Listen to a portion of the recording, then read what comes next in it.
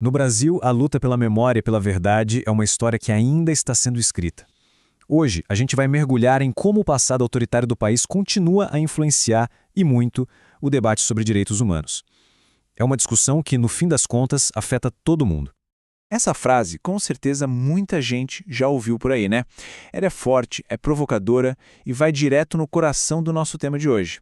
Ela mostra uma desconfiança gigantesca sobre o que realmente significa direitos humanos.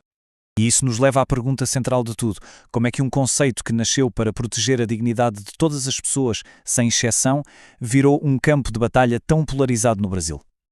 Ok, vamos entender isso a fundo. Primeiro, é preciso separar as coisas. De um lado, a visão distorcida que se criou sobre os direitos humanos e do outro, o que esse princípio universal realmente quer dizer. Pois é, de um lado temos uma narrativa que insiste em dizer que direitos humanos são uma ferramenta para defender criminosos, quase uma ameaça. Do outro lado está a ideia original, a visão universal, de que são uma política de Estado, essencial para a dignidade de cada cidadão, e mais, um pilar para a democracia e até para a economia do país. Para entender o debate de hoje, não tem jeito, a gente precisa olhar para trás. As raízes de toda essa confusão estão bem fincadas na história brasileira do século XX. E aqui uma palavra-chave é autoritarismo. Basicamente é quando o poder fica todo concentrado na mão de poucos, as liberdades são cortadas e a repressão política vira a regra. E isso no Brasil não foi só teoria de livro, foi a realidade por muito, muito tempo. E o autoritarismo quase sempre anda de mãos dadas com a violência de Estado, que é quando o próprio governo, através de seus agentes, comete atos de violência contra a população que deveria, em tese, proteger.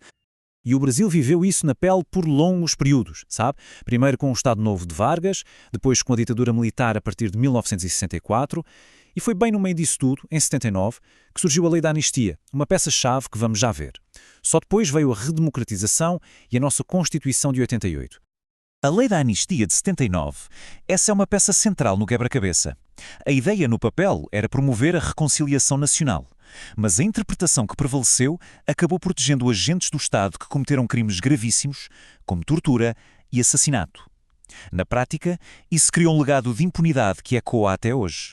Bom, mas é claro que essa história de impunidade não ficou por isso mesmo. E é aqui que a gente entra num conflito legal e moral que, acredite, continua bem vivo.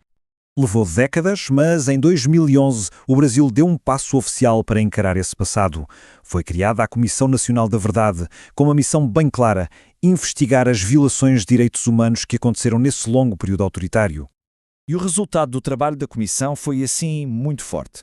Foram documentados casos de tortura, assassinato e os responsáveis foram identificados.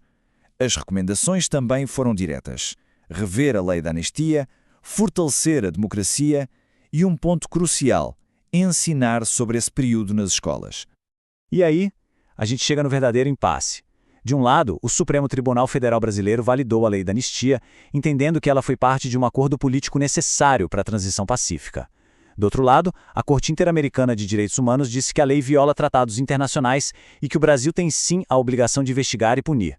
E essa tensão, bom, ela continua aí. Tudo isso nos traz de volta para os dias de hoje, para mostrar como essa longa batalha pela memória está, agora mesmo, influenciando as ações do governo. Recentemente, temos visto um esforço para, de certa forma, retomar essa agenda. A Comissão de Anistia foi reativada em 2023 com uma composição mais diversa e novas iniciativas estão tentando levar o debate sobre direitos humanos diretamente para as comunidades. E olhem só este número. Houve um aumento de quase 40% nas denúncias de violações de direitos humanos de um ano para o outro. Isso pode ser um sinal de maior engajamento, talvez uma maior confiança nos canais oficiais para fazer essas denúncias. E essa mudança não é só teórica, não. Existem programas bem concretos em andamento. Coisas como avaliar as condições das prisões, criar políticas para a população de rua, avançar nos direitos de pessoas com deficiência. É um esforço bem amplo para colocar os direitos humanos em prática no dia a dia. E para a gente fechar, fica essa reflexão do atual ministro Silvio Almeida. Ele amarra tudo isso ao dizer que a ditadura é, na verdade, resultado de um país que nunca acertou as contas com a escravidão. Isso nos faz pensar até onde vai essa dívida com o passado e como as sombras dessa história tão longa continuam a definir o nosso presente.